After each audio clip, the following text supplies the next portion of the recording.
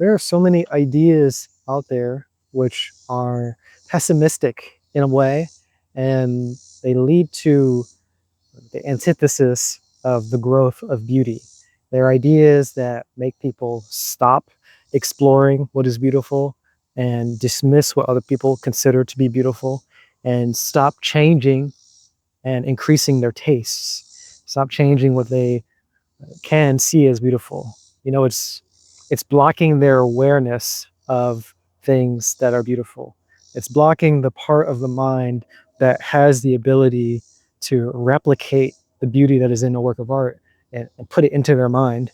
And if you don't have the beauty in your mind, you can't really appreciate it. You need to have it at least in your mind for it to be possible to appreciate it. So there are a lot of ideas like this. Some of them include different forms of dismissing new things, of course, like seeing something as seeing the initial ideas of beauty. This is just a cool tree, isn't it? I don't understand what this tree is, because I can just look it up. Um, Noticing, well, there are lots of ways to see things that other people consider beautiful and not put any effort into appreciating it, not trying to appreciate it, of course, and denigrating it, explicitly denigrating it. Seeing things that people do on TikTok and and then making fun of the kids for dancing on TikTok. I danced on TikTok once before, okay, once or twice. I'll put some clips up for it. Um,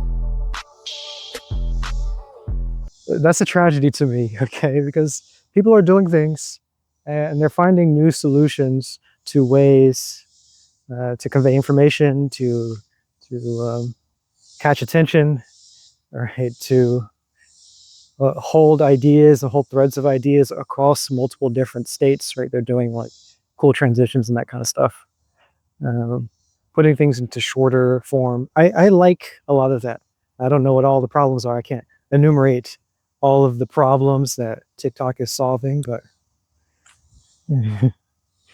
I'm saying TikTok as if it's TikTok, but I mean to say that the art of TikTok is solving certain problems, artistic problems, and those are cool. It's cool that people are doing that, and people can use those things. Yeah.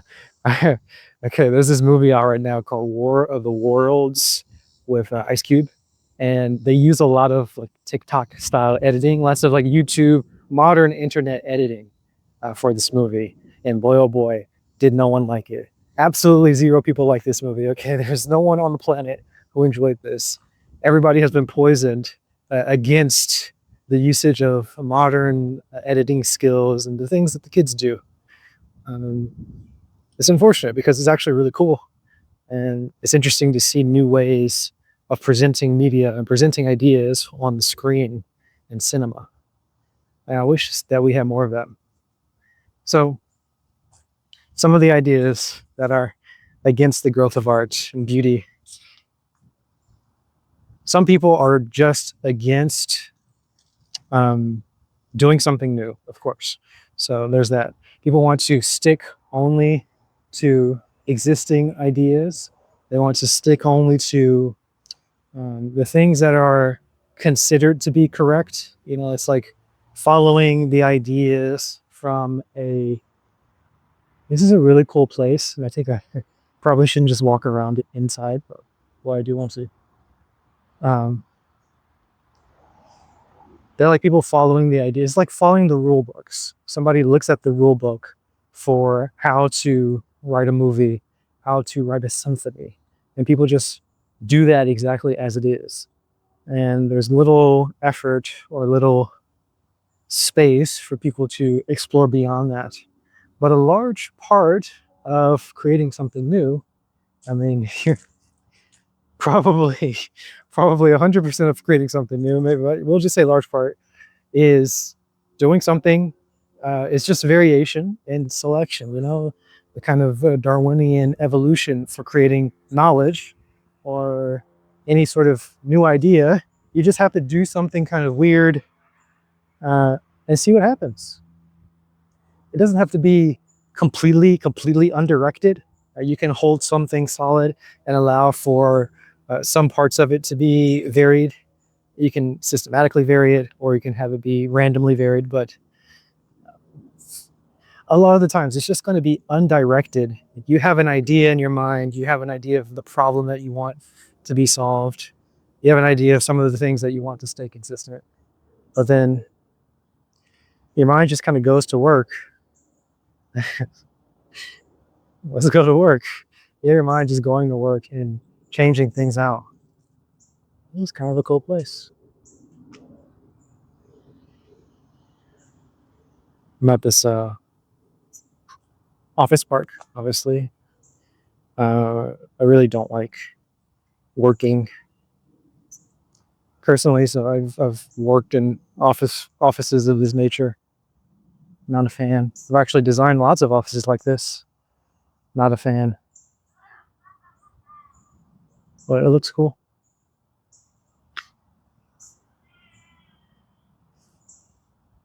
So there's quite a bit of a denial of the growth of beauty by not allowing for new things to happen, not allowing for new ideas to just shine through, and seeing what those ideas, what the problems those ideas are solving, and then having that just be in your repertoire for future art.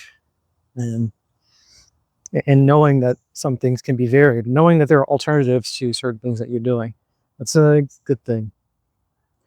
And I'm going to go on a little bit of a tangent here, but it would be bad, I think, if I had a problem personally, if I had a personal problem and I wanted to create a solution for that problem, but then I deliberately stopped myself from doing certain things to find the solution. If I stopped myself from creatively looking for ways to create the solution, if I did that, that would be bad. It would be irrational, more clearly. Be irrational to stop myself from solving a problem. It's like if I had a certain problem and I said, okay, I'm not allowed to look at my emotions while I solve this problem. Now, if I did that without any clear explanation for why I should not follow my emotions at all, that would be irrational. Now, if I also said, okay, I'm not allowed to use pen and paper while I solve this problem, or I'm not allowed to use Google Docs, I don't know, something ridiculous like that, right? I'm just blocking off ways that I can solve a problem and stopping my own creativity. That would be irrational, because I could solve the problem by exploring my emotions in some way. I could solve the problem by writing things out and seeing it on paper, and that might make things more clear. There are a lot of different things that could happen. And of course, all of those different avenues cause more problems in some sense, but they reveal solutions also. So the same thing really follows for other people. If, for example, there are other people working on similar problems, it would be irrational for me to stop them from working on those problems, because I think this. I don't know. Maybe you don't think this, but other people have the ability to solve my problems. Uh, Other people have the same ability that I have. Let's say it simply like that. If I think I can solve my own problems, then that means that somebody else could probably solve my own problems too. At least they're capable of it. And it would be irrational for me to stop them from doing that. Uh,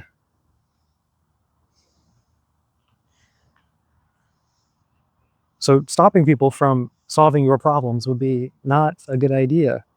And I don't know if you can see the connection here, but that's what you would do if you were to stop somebody or discourage other people from caring about their own problems and solving their own problems, or caring about their own forms of beauty and creating TikTok videos in their own style, and making new ways of expressing whatever the fuck it is that they're expressing. It would be irrational to stop that. And irrational may not be the word that I prefer hearing, but it's anti-aesthetic. It's against the growth of beauty. Stopping people from freely exploring the world of art and beauty is anti-beauty. It's fucked up. All right, that's what I'm trying to say. All right, there are a couple other anti-aesthetic ideas. Okay, some people think that they're too old for whatever reason to express or to explore things creatively. Um, that's just stopping themselves from exploring. You know, anti anti art, anti beauty,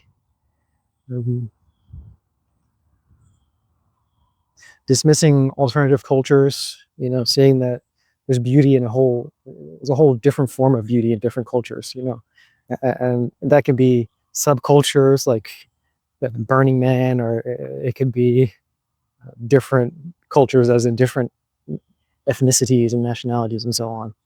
There are a lot of different ways here that people can just take those and just say, they're bad. Another thing you can do is say that they're great and they're perfect. Oh my God.